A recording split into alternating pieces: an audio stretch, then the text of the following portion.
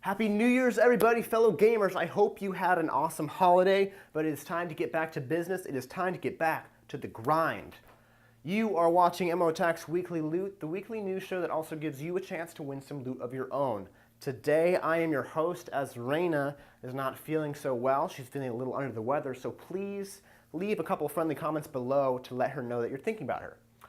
Let's see, our most recent Weekly Loot winner was New Gamer. You have won 1,600 Microsoft points. I will be contacting you shortly, and remember, stay tuned to the end of this episode to find out how to get your hands on some of that loot.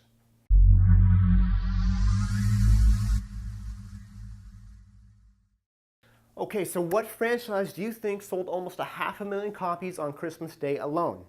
I'll give you a second. Cool. Did you guess Minecraft? Because if you did, you would be correct. The game, which is available on what? PC, Xbox, tablets, phones, pretty much anything you can get your grubby hands on, sold 17.5 million copies in December. So what does that mean for Marcus Notch? Well, that just means he's got a great way to start 2013. I think they're going to sell a lot more copies. Who is excited for the new Tomb Raider reboot for 2013? I know if Raina was here, she would be flipping over her head or something. The most exciting part about the new Tomb Raider is the multiplayer mode. The details suggest that players will be able to control many characters that Laura comes into contact with, like her shipmates or the Yamatai scavengers. Tomb Raider is scheduled for a March 5th release, so keep an eye out for that as that date approaches. And now we have a little downer news for you. Zynga is possibly in trouble. Why? Well, that's right, you guessed it, because they have shut down Petville. Petville, really? Also, Mafia Wars 2 was shut down and 11 other games right before New Year's Eve. It turns out there were a bunch of layoffs and they have closed down their Boston offices. I can't say for certain what will happen to this once ridiculously prosperous company, but one thing's for sure. You can't keep making the same-ish games with the same-ish names with the same-ish concepts.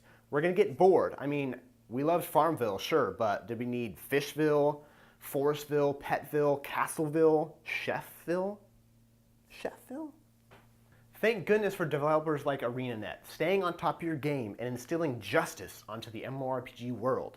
For those who are wondering what I'm talking about, ArenaNet has just gone on a banning spree and actively got rid of 34,000 bots in Guild Wars 2. Bots are cheaters. Did you know that there are about 2,000 bots every hour in October last year? That number dropped down to a measly 20 per hour, which is great, but it's still not eradication. I am thrilled to see this in action, but players themselves will need to help fight them as well. As in real life, remember to report something you see. Hey Australia, welcome to the rest of the gaming world. I say this because Australia was one of the few developed countries to not have an 18+ rating classification for video games. That is until January 1st of this year. The highest rating for video games was only 15+, which meant that if a game was considered too mature for 15-year-olds, they would ban that from sale. Now, South Australia's Attorney General said, "We've actually achieved a good balance, where in effect, MA15 has become more restrictive, and games that previously would have been in MA15 are now going to be sitting in RA18.